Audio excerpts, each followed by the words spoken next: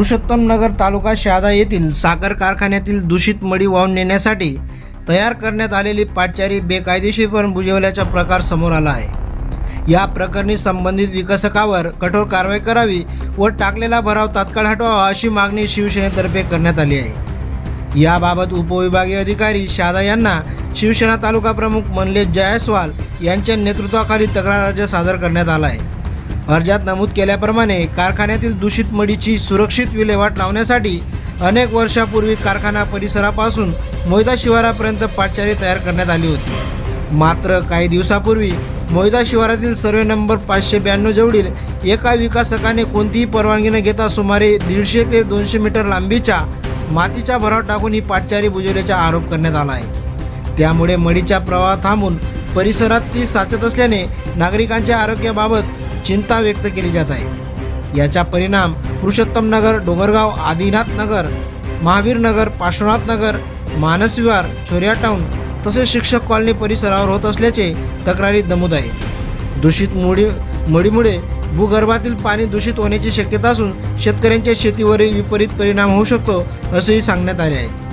दरम्यान या प्रकरणाची गांभीर्याने दखल घेऊन संबंधितांवर तात्काळ कारवाई करावी व पाटचारी पूर्ववत करावी अशी मागणी करण्यात आली आहे। तसेच वेळेत कारवाई न झाल्यास शिवसेनेतर्फे तीव्र आंदोलन छेडण्याचा इशाराही देण्यात आला आहे।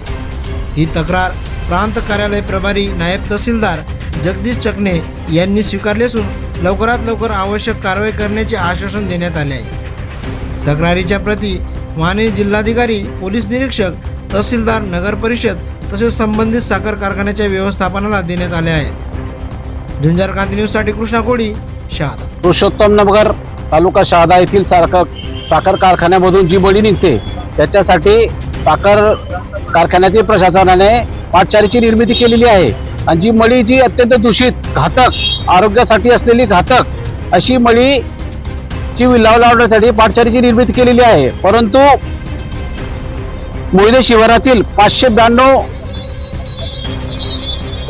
क्रमांक असलेल्या विकासकाने त्या ठिकाणी ते जी मडीसाठी विल्हेवाट लावण्यासाठी पाटचारी निर्माण केलेली आहे, तिला बुजण्याचं काम केलेलं आहे। हे अत्यंत बेजबाबदार, बेकायदेशीर काम त्यांनी केलेलं आहे। हे अत्यंत चुकीचं काम त्यांनी केलेलं आहे, कारण की त्या मडीचा प्रवाह बंद केल्यामुळे ते आजूबाजूला जे स्थानिक आहे त्यांच्या आरोग्याचा प्रश्न निर्माण होणार आहे। त्यासोबत जे शेतकरी शेती करतात त्याची शेतीचेही नुकसान होणार आहे। असले गंभीर प्रकार होत असल्या कारणाने आमच्या शिवसेनेच्या हे सर्व लक्षात आल्यानंतर आणि स्थानिक लोकांनी भेटून आमच्याकडे तक्रार केली की अशा पद्धतीने चुकीचं काम होत आहे, तर आम्हाला न्याय मिळावा म्हणून आम्ही शिवसेनेतर्फे माननीय प्रांताधिकारी साहेबांना भेटायला आलो होतो। पण प्रांताधिकारी साहेब नसल्या कारणाने आज आम्ही जगदीश चोकणे नायब तहसीलदार यांना एक सविस्तर निवेदन दिलेलं आहे आणि मागणी केलेली आहे की ज्या कोणी या संदर्भातलं पाटचारीवर भराव केलेला आहे बेकायदेशीर, ते तात्काळ काढण्यात यावं आणि ज्यांनी भराव केलेला आहे त्यांच्यावर कठोर कारवाई करण्यात यावी अशी मागणी आम्ही शिवसेनेतर्फे करण्यात आलेली आहे। बोलो आम्ही आता संबंधितांना निवेदन दिलेलं आहे।